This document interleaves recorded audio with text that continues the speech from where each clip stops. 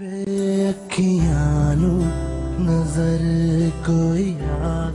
सबके सामने मैं ये ऐलान कर रही हूँ कि मैं कुलसूम को अपनी बहन का दर्जा दे रही हूँ।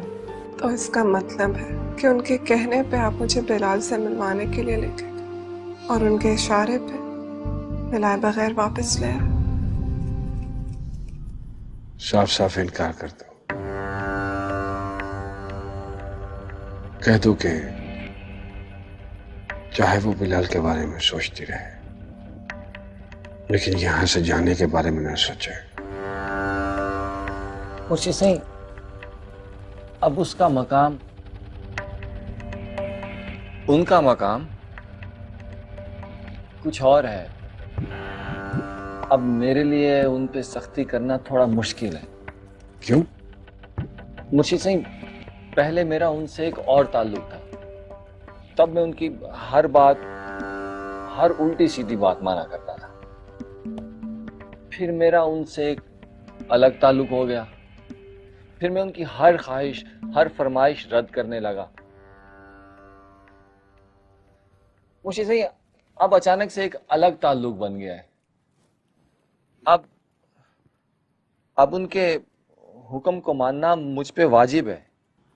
हमारे हुक्म के सामने किसी के हुक्म की कोई हैसियत है? बिल्कुल नहीं मुर्शिद साहब। हमारे हुक्म के सामने किसी की भी कोई हैसियत नहीं है। जिस मसनत में हम बैठे हैं उसके सामने सबका कद छोटा है, किसी की कोई हैसियत नहीं है। जो हुक्म मुर्शिद साहब, जो हुक्म।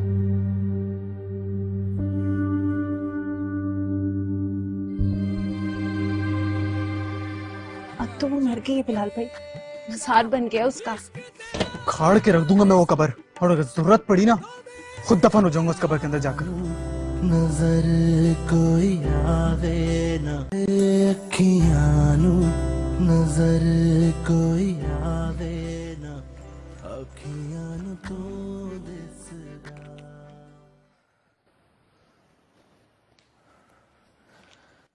आपका मिलाया हुआ नंबर फिलहाल बंद है।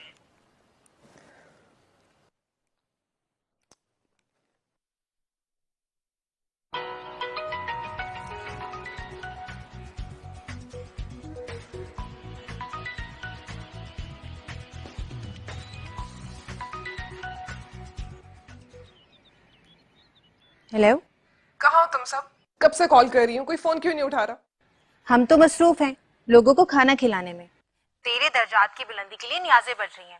लक्ष्मी से 4 बिरयानी की देगी आई है और 1 देग जर्दे की भी। हमें इस बात से कोई फर्क नहीं पड़ता कि तू वहाँ पे क्या खा रही है। अम्मी से कहना कि मुझे यहाँ से आके ले जाए। वो तुझे क्यों ले जाएंगे कलचू? उनकी तो शान बढ़ गई है, मोहल्ले वालों में, दोस्तों में, रिश्तेदारों में उनकी नाक ऊंची हो गई है। बस कुछ ही दिनों में हमारा घर भी दरगाह बन जाएगा और तेरे नाम के तावीज चलना शुरू हो जाएंगे हमारे घर से। मैं लंबी बात नहीं कर सकती हूँ। पहले एक मुलाजमा बेचारी मेरी वजह से निकाली गई है। वो तो तुझे तब लेने नहीं आए कलचू जब तू उनकी बेटी थी। अब तो तू बेनी बन गई है, अब तो सवाल ही पैदा नहीं होता। वो बहुत बुरा हो रहा है मेरे साथ यहाँ, बहुत बुरा। दम घुट रहा है मेरा, तुझे बता भी नहीं सकती हूँ क्या हो रहा है। तू प्लीज अम्मी को कह मुझे यहाँ से आके ले जाए, मैं मर जाऊंगी यहाँ पे। तेरे पास ना अब एक ही रास्ता है। क्या? भाग जा। भागकर कहाँ जाऊंगी मैं? बिलाल के साथ। इससे बेहतर ये नहीं है मैं अपना गला खुद घोंट लूं। देख कलचू, वो बहुत सीरियस है, वो निकालना चाहता है तुझे यहाँ से यार। निम्मो बकवास मत कर, अम्मी से बात करवा मेरी। मैं सच कह रही हूँ यार, मुझे खुदा की कसम। वो रात को मेरे पास आया था, कह रहा था कि हारून भाई को मार देगा ताकि तू आजाद हो जाए। निम्मो उसको कह दे, उसको हारून को मार देने से कुछ नहीं मिलेगा। हारून तो खुद एक कैदी है, पिंजरा तो कोई।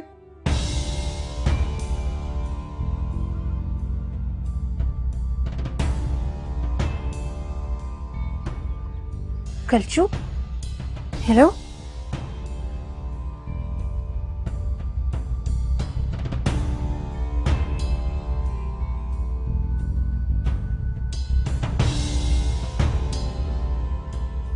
किसका फोन था? निम्मो का फोन था, घर से।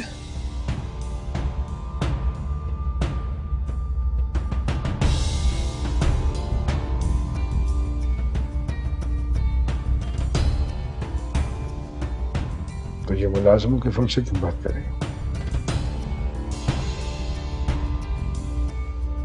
निम्मो से कहो कि इस पे बात करें।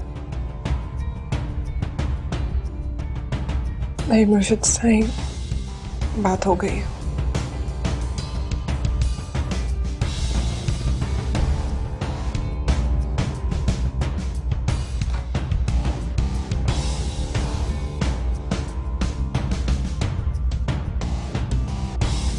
तुमसे मैंने कहा था कि तुम्हारी हैसियत बदल गई है। इन मुलाजिमों से जरा फासला रखा करो। जी मुर्शिद साईं। मुरीदों मुलाजिमों में हारून भी शामिल है।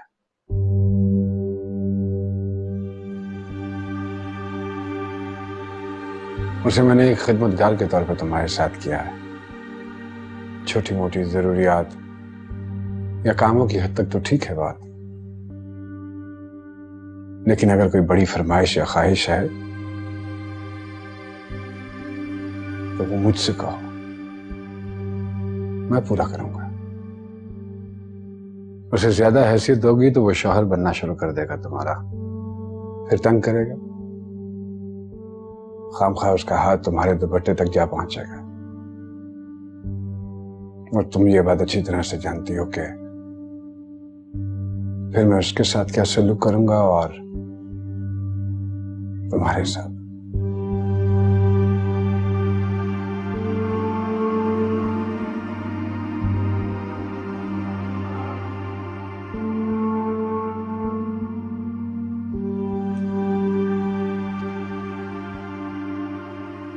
तुमने उससे फरमाइश की है कि तुम यहां से जाना चाहती हो, क्यों?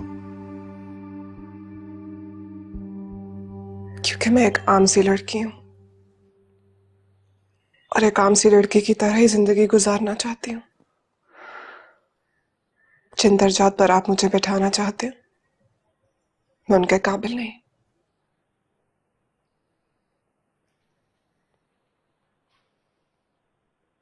ये बात तो तुम मुझसे भी कह सकती थी, फिर उसको शौहर बनाकर मेरे सामने क्यों खड़ा कर दिया तुमने? क्योंकि आपने मुझे यहाँ बीबी साहिबा की खातिर रोका। अगर मैं ये फरमाइश आपसे खुद करती तो गुस्ताखी होती।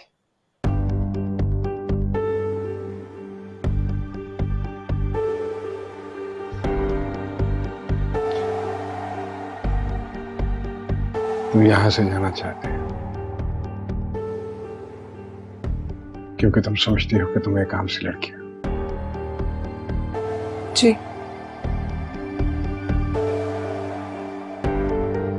तो फिर सुनो,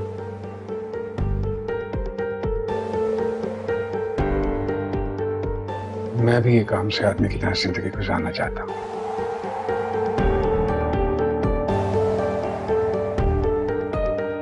इसलिए तुम्हें यहां से जाने से रोक रहा हूं। मेरी मसनत और तुम्हारा दर्जा दूसरे लोगों के लिए है।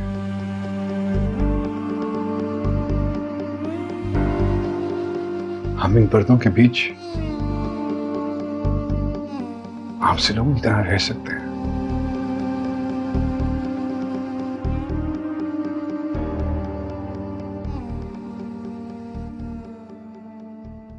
यहां से जाने का ख्याल दिल से निकाल दो।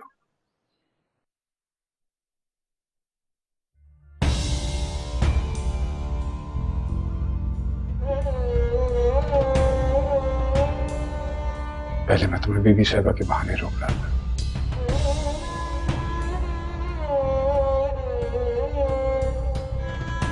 अब अपने लिए रोक रहा हूं।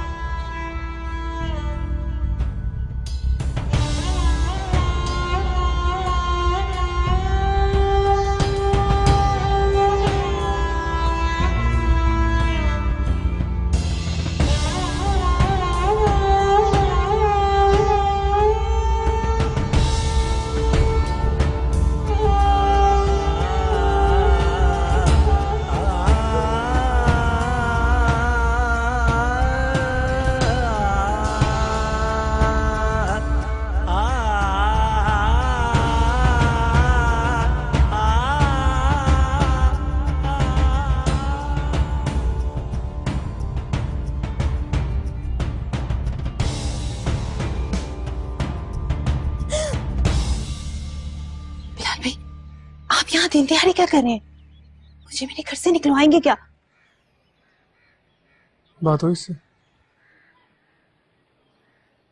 हाँ, थोड़ी देर पहले हुई थी। क्या बात हुई?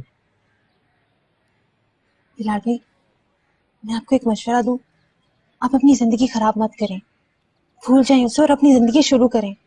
निमो, मैं उसके बगैर एक कदम तक चलने का तसव्वुर नहीं कर सकता। ऐसा नहीं हो सकता बिलाल भाई, उसमें इतना दम नहीं है। अगर उसमें इतना दम होता ना तो अपने निकाह के दिन आवाज तब उठाती वो वो। अकेली थी, तो मैं हूं उसके साथ। अब तो वो मर गई है बिलाल भाई, मजार बन गया उसका। उखाड़ के रख दूंगा मैं वो कब्र, और अगर जरूरत पड़ी ना खुद दफन हो जाऊंगा उस कब्र के अंदर जाकर। हारून भाई को मारने से कुछ नहीं होगा बिलाल भाई, तब भी वो आजाद नहीं होगी। अब तो उसका मिजार बन गया है और उसके मिजार पे एक झंडा लग गया है, पीरनी का। तुम बस एक दफा मेरी बात करवा दो, मैं कुछ नहीं मांग रहा हूं तुमसे। मैं कैसे आपकी बात करवा सकती हूँ बिलाल भाई? मैं तो खुद तरसती हूँ उससे बात करने के लिए। वो तो इतने पिंजरों में कैद हो गई है कि खुद अपनी आवाज नहीं सुन सकती वो। नहीं, कलचू तेरे लिए मरी होगी, मेरे लिए नहीं। और अगर बात हो ना उससे तो जाकर मेरा मैसेज दे देना कि जिंदा हूं मैं उसके लिए, और उसको बोलना वो भी मेरे लिए जिंदा रहे। हम मिलेंगे तो जरूर, ये तू भी देखना।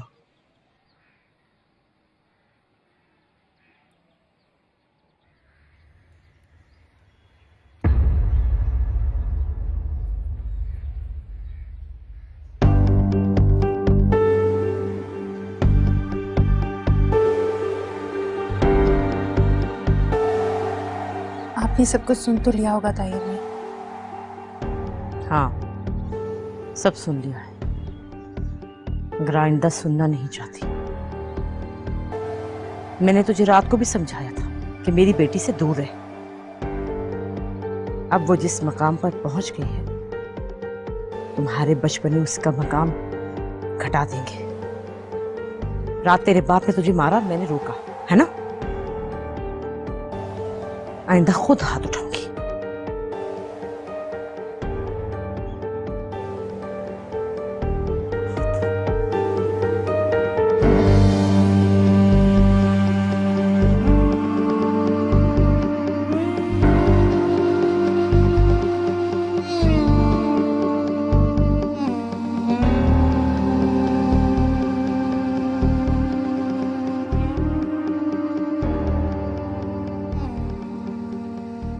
कुलसुम, ये जितने भी गिफ्ट्स हैं ना जो मुरीदों ने दिए, प्यार से दिए, अपनी ख्वाहिश से या शायद मुझे खुश करने के लिए, तुम देखना जब इन्हें खोलूंगी ना तो ये सब के सब बेटे के लिए होंगे। यहां तक कि पीर जी ने भी होने वाले बच्चे के लिए अपने बाप का नाम को सोच लिया। लेकिन तुम्हें पता है मैं क्या चाहती हूँ? बेटी। लेकिन मैं दुआ बेटे के लिए कर रही हूँ, क्योंकि बेटी तो सिर्फ मेरे लिए होगी और बेटा इस मसनत के लिए। कुलसुम, हमारी औरत कितनी भी कमाल की क्यों ना हो ना, मसनत का मालिक सिर्फ मर्द हो सकता है। और मैं नहीं चाहती कि मेरी बेटी भी उन्हीं उलझनों से गुजरे जिनमें से मैं गुजर रही हूं। तुम्हें एक बात बताऊं? मुर्शिद सईद फैशन डिजाइनिंग पढ़ रहे थे। उन्होंने सबको ये बताया था कि वो बिजनेस एडमिनिस्ट्रेशन कर रहे हैं, मगर मेरी वजह से ना तो वो डिजाइनिंग खत्म कर सके और ना ही इस मसनत का पूरी तरह से मजा ले सके।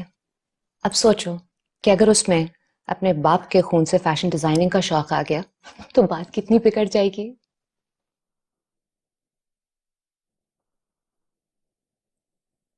कुलसुम, जब से तुम आई हो ना तो बेटी की शिद्दत कम हो गई है मुझमें। बीवी साहब,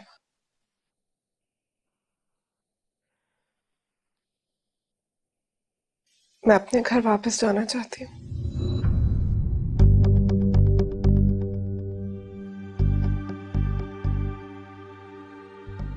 ये क्या लाई हो?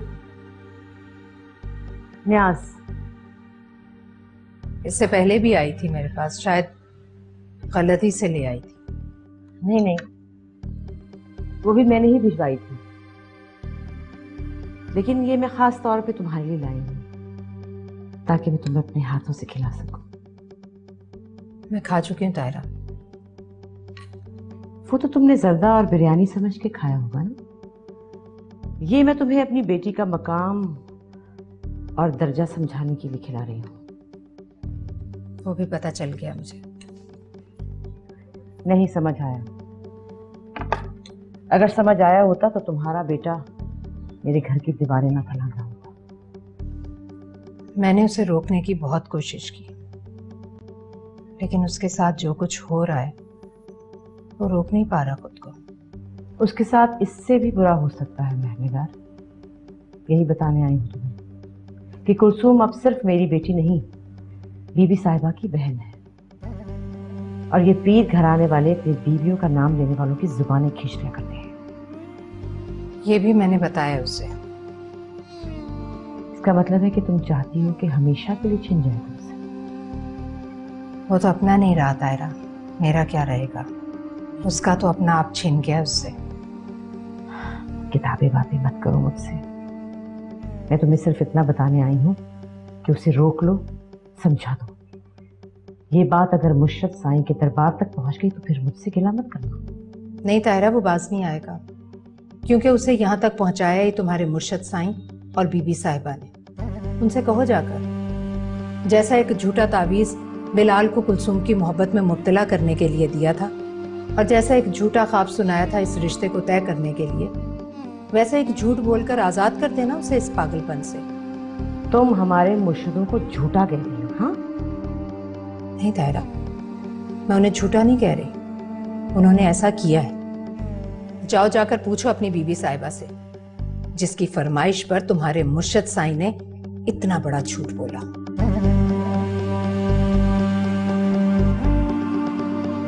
वही आंखें,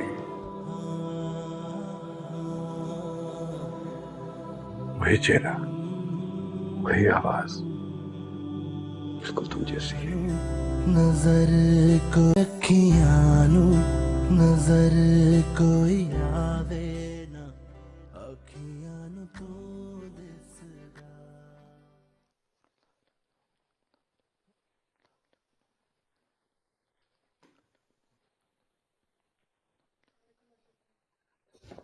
मुर्शिद,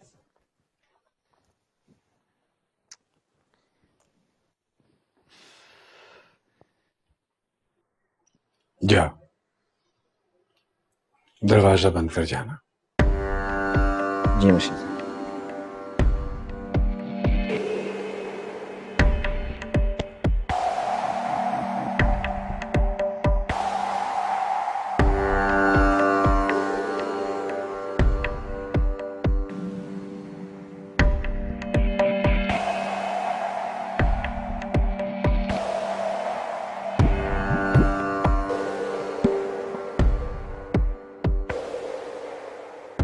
इधर आओ, हमारे पास आओ, बैठो।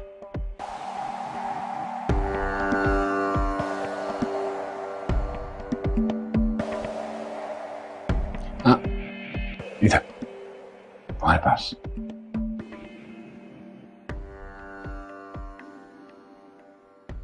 बैठ जाओ।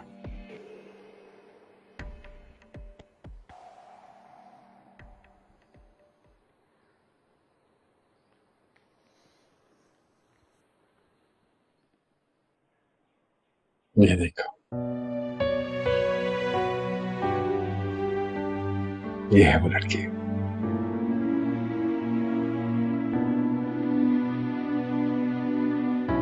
और ये मैं हूं।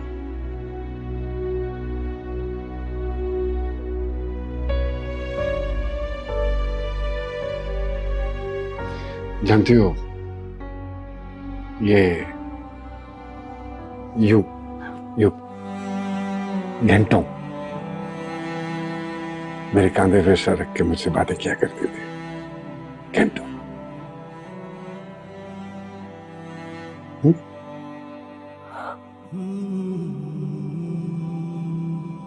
और फिर एक दिन मेरी जिंदगी में ऐसा आया कि मैं इसका सर अपने कांधे से उठाकर हमेशा के लिए यहां चला आया।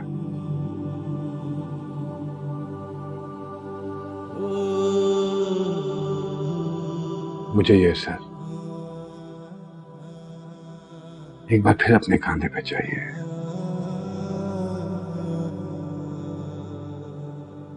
तुम्हारी सूरत में। बरसों गुजर गए हैं,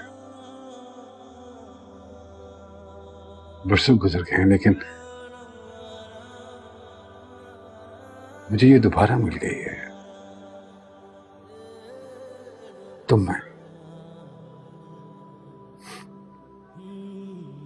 अगर यकीन नहीं आता तो देखो, देखो, गौर से देखो इसे कुलसुम।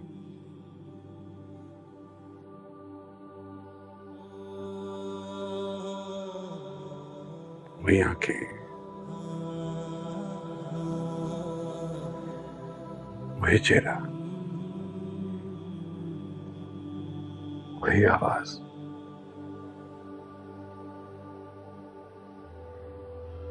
वही खुशबू।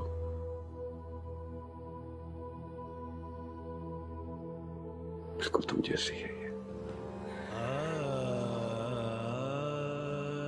नहीं मुर्शिद, मेरी जगह यहाँ है, आपके कदमों में यही मेरी हैसियत है। तुम ठीक, हम भी इधर आ जाते हैं नीचे तुम्हारे कदमों में, जो तुम्हारी हैसियत है उसमें। को खुदा का वास्ता है मुर्शिद साहब, उसको खुद से दूर रख के। मैं जल जाऊंगी अगर मैं इस दायरे में दाखिल हुई, मर जाऊंगी, मेरी सांस रुक जाएगी, मैं तकलीफ से चिल्ला उठूंगी। तो चिल्लाओ, चीखो, सब कुछ जमा कर लो, फिर क्या हो?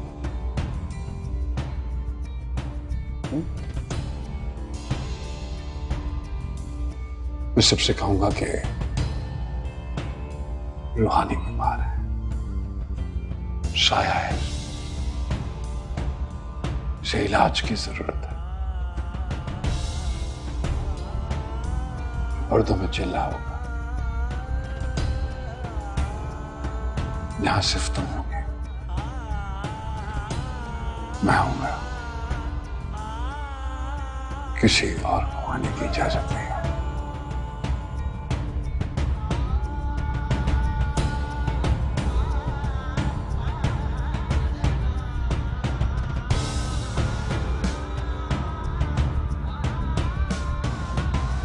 क्यों नहीं समझ पा रही हो तुम?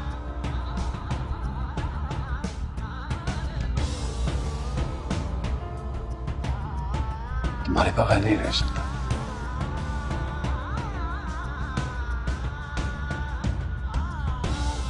तुम मुझे छोड़ के नहीं जा सकते।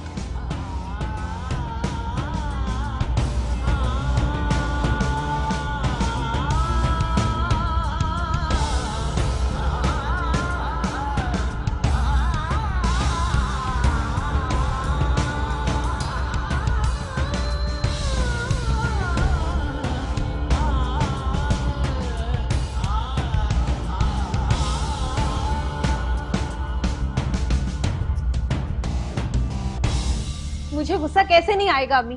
वहां कलजू का दाम घुट रहा है और यहाँ सब अपनी गर्दनें ऊंची करने में लगे हुए हैं। क्या मौत पड़ रही है उसे? तेरे साथ अटकेलियां करने के लिए मर रही है या बिलाल के साथ आंख में टक्का करने के लिए उसकी जान निकल रही है? अम्मी जान वो वहां कैद में है, उसका उठना बैठना बोलना सब कुछ बंद कर रखा है, खुलकर रो भी नहीं सकती वो। बीबियां ऐसी ही होती हैं। तुमने सुना नहीं बड़ी बीबी साहिबा के बारे में? जब से पैदा हुई हैं एक दफा भी घर से बाहर नहीं निकली हैं। ऐसे ही तो नहीं ना मिल जाते फिर शान और रुतबे मुफ्त में। भाड़ में गई ऐसी शान और ऐसा रुतबा। गुस्ताखी मत कर।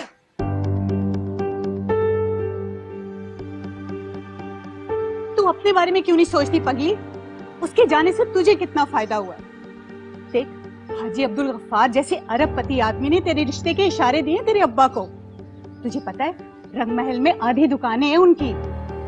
अच्छा, इसीलिए आप उसकी तारीफें करती नहीं थक रही थी। मैं भी सोचूं कलचू से एकदम शहजादी कैसे बन गई वो आपके लिए। ओ पागल, तेरे भाई को भी तो फायदा हुआ है इसका। वहाँ के मुरीदों ने उसे अपने सर पे बिठा लिया।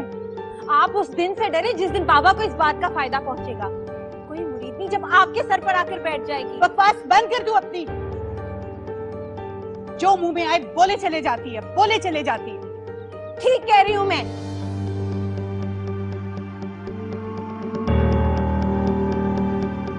लेकिन जो मैं पूछूंगी वो तमीज से बताएगी।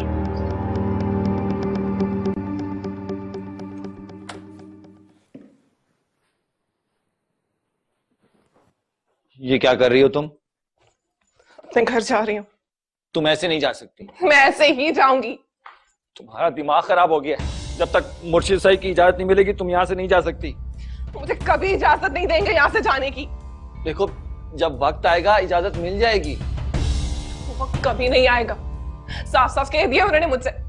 हाँ तो ठीक है, इसकी कोई वजह होगी, कोई मसलियत होगी इसके पीछे। क्या वजह, क्या मसलियत? हाँ, अब जाएं, जाके पूछो उनसे। मैं तौबा तौबा तौबा, मेरी भला क्या औकात कि मैं मुर्शिद सही से कुछ पूछूं। और तुम्हारी नस्ल से भी आज तक किसी ने मुर्शिद से उनके हुक्म की वजह नहीं पूछी। लेकिन आप तो पूछ सकते हैं ना। बीवी हूं मैं आपकी, शोहर है आप मेरे, निकाह हुआ है हमारा। अब जाके उनसे पूछे उन्होंने क्यों रखा है मुझे यहाँ पे। मैंने तो सवाल पूछने की जिसारत तब नहीं की जब वो निकाह करवा रहे थे। अब भला कैसे पूछ सकता हूँ? तो फिर इसका मतलब है कि आपका और मेरा निकाह शरीयत का नहीं है, मुर्शिद साईं का हुक्म है। क्या बकवास कर रही हो? बकवास नहीं कर रही हूँ मैं। समझने की कोशिश करें आप प्लीज। उनसे पूछे उन्होंने मुझे यहाँ पे क्यों रखा है, किस लिए, उनकी समझ में कुछ क्यों नहीं आता है। देखो कुलसुम, बुजुर्गों की मसलियत वही जानते हैं, हमें बीच में सवाल नहीं उठाने चाहिए। तुम्हारे और मेरे निकाह की मसलियत, तुम्हें यहाँ रोकने की मसलियत, तुम पे पाबंदियों की मसलियत, ये सिर्फ मुर्शिद सही जानते हैं। तुम्हारी और मेरी आफियत सिर्फ इसमें है कि हम सर झुका के रहें और बस खामोश रहें।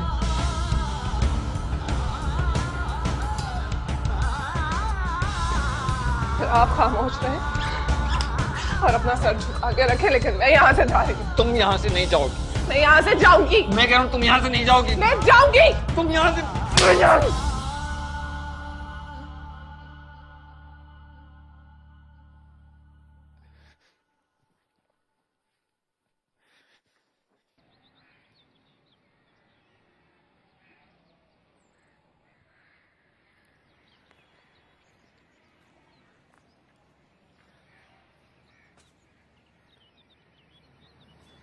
ये कुलसूम और हारून के बीच में क्या चल रहा है?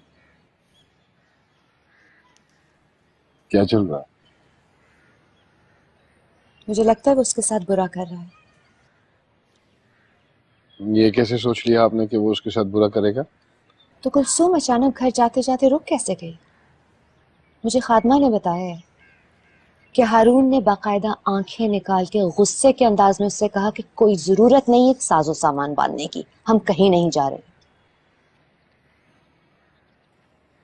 हो सकता है बीबी, ऐसा कहा हो उसने।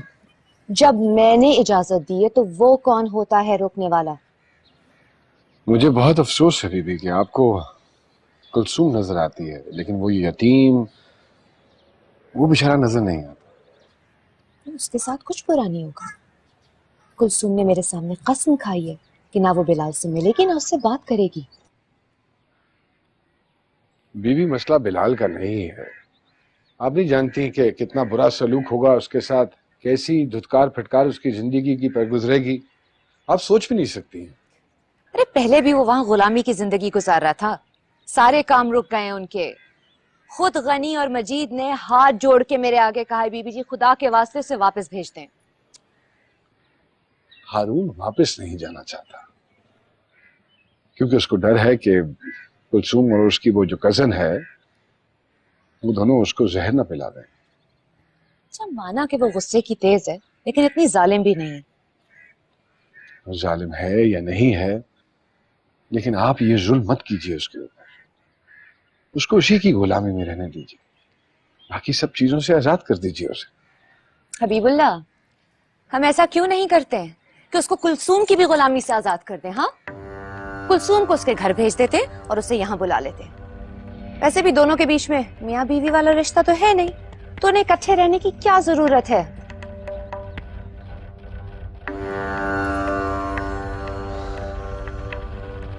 नहीं, मैं हरगिज इजाजत नहीं दूंगा आपको इस बात की। इजाजत?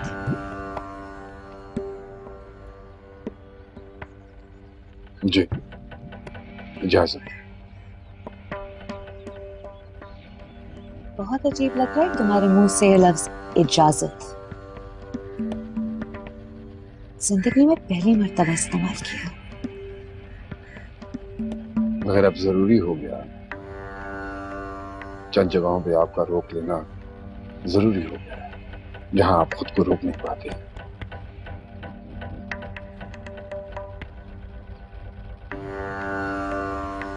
कोई कहीं नहीं जाएगा।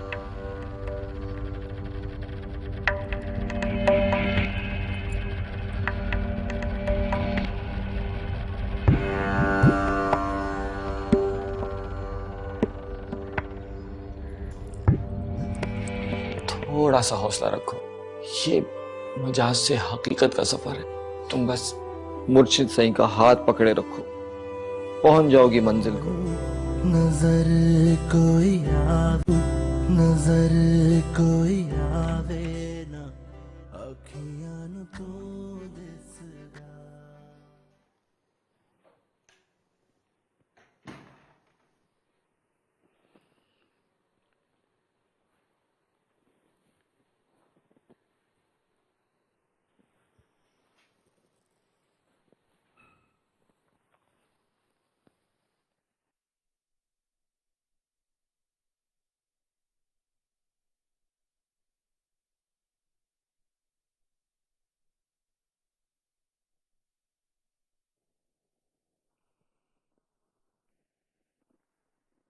देखो कुलसूम, ये जो कुछ हो रहा है ना, तुम्हारे दर्जात की बुलंदी के लिए हो रहा है, लेकिन तुम्हारी समझ में नहीं आ रहा कि तुम्हारे लिए क्या बेहतर है और क्या बुरा।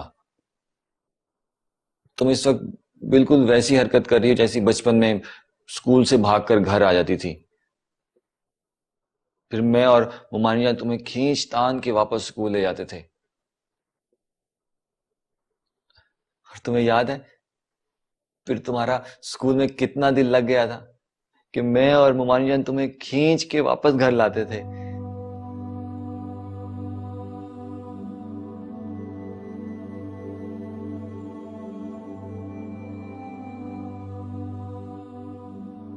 अब देखो ना, सब कुछ अचानक से कैसे बदल गया।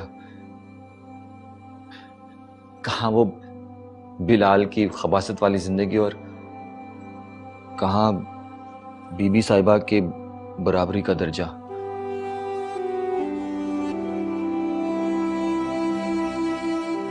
लेकिन ये सारी बातें तुम्हारी समझ में क्यों नहीं आ रही?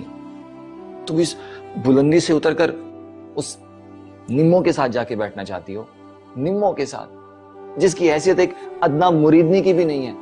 यूं समझो जैसे वो दुत्कारी भी है। अरे कुछ अरसे बाद तो वो तुम्हारे हाथ धो के पिएगी। थोड़ा सा हौसला रखो, ये मजाज से हकीकत का सफर है।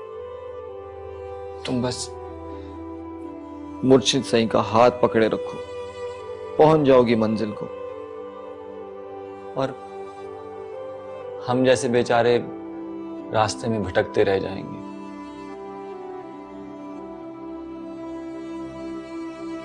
दो घूंट पी लो।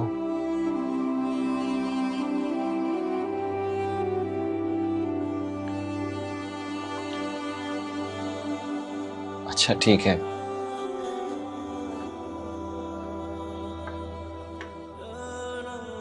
जब गुस्सा थोड़ा कम हो जाए तब पी लेना।